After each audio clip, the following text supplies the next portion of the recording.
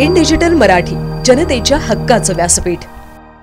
महानगरपालिका आयुक्तांचा निषेध असो, महानगरपालिका आयुक्तांचा निषेध असो। एमएमआरडीए हाय हाय, एमएमआरडीए हाय हाय, एमएमआरडीए हाय हाय। अरे अजित शेख हाय हाय, अरे अजित शेख हाय हाय, अरे अजित शेख। महानगरपालिका आयुक्तांचा निषेध असो, दिव्यांगांचा आयुक्तांचा निषेध असो, दिव्यांगांचा निधी खाणाऱ्या आयुक्तांचा निषेध असो, दिव्यांगांचा निधी खाणाऱ्या आयुक्तांचा निषेध असो। उल्हासनगर शहरात भुयारी गटारीचे पाईप टाकण्यासाठी खोदलेले रस्ते अद्याप देखील दुरुस्ती केले नसल्याने सर्वत्र धुळीचे साम्राज्य निर्माण होऊन नागरिकांचे आरोग्य धोक्यात आले आहे। 423 कोटीच्या भुयारी गटार योजनेला अमृत योजनेअंतर्गत मंजुरी मिळाली असून गटाराचे पाईप टाकण्याचे काम सुरू आहे। गटारीचे पाईप टाकल्यानंतर खोदलेले रस्ते दुरुस्त केले जात नसल्याने सर्वत्र माती व धुळीचे साम्राज्य शहरात निर्माण झाले आहे। खोदलेले रस्ते दुरुस्त करण्याची जबाबदारी उल्हासनगर महापालिकेची की ठेकेदारांची असा प्रश्न निर्माण झाला आहे। या धुळेने रहिवाशांचे आरोग्य धोक्यात आले असून अनेक नागरिकांना श्वसनाचे त्रास सुरू झाले आहेत।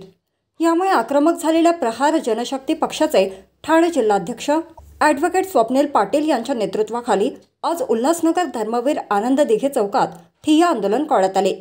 या आंदोलनात अनेक जण सहभागी झाले होते।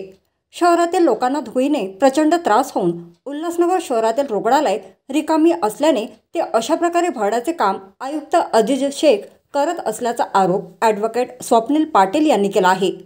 दरम्यान या ठिय्या आंदोलनामुळे मोठ्या प्रमाणात वाहतूक कोंडी झाली होती। पोलिसांनी मध्यस्थी करत आंदोलन मागे घेण्याची विनंती केली, मात्र जोपर्यंत यावर तोडगा निघत नाही तोपर्यंत आंदोलन सुरूच राहणार असल्याची भूमिका जिल्हाध्यक्ष स्वप्नील पाटील यांनी घेतली।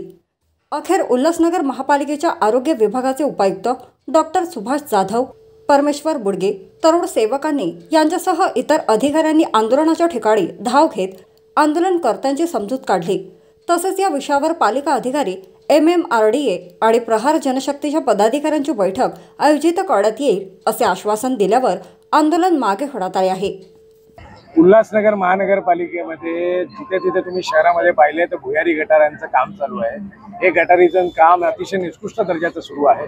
शिवाय या ठिकाणी जिथे जिथे गटारींचं काम झालं, भूमिगत गटारींचं, त्या ठिकाणी रस्ता बनवण्यात आलेला नाहीये आणि तो रस्ता न बनवल्यामुळे पूर्ण शहरामध्ये धुळीचं साम्राज्य पसरलेलं आहे आणि या धुळीचं साम्राज्य पसरल्यामुळे आज हे आम्ही आंदोलन करत आहोत।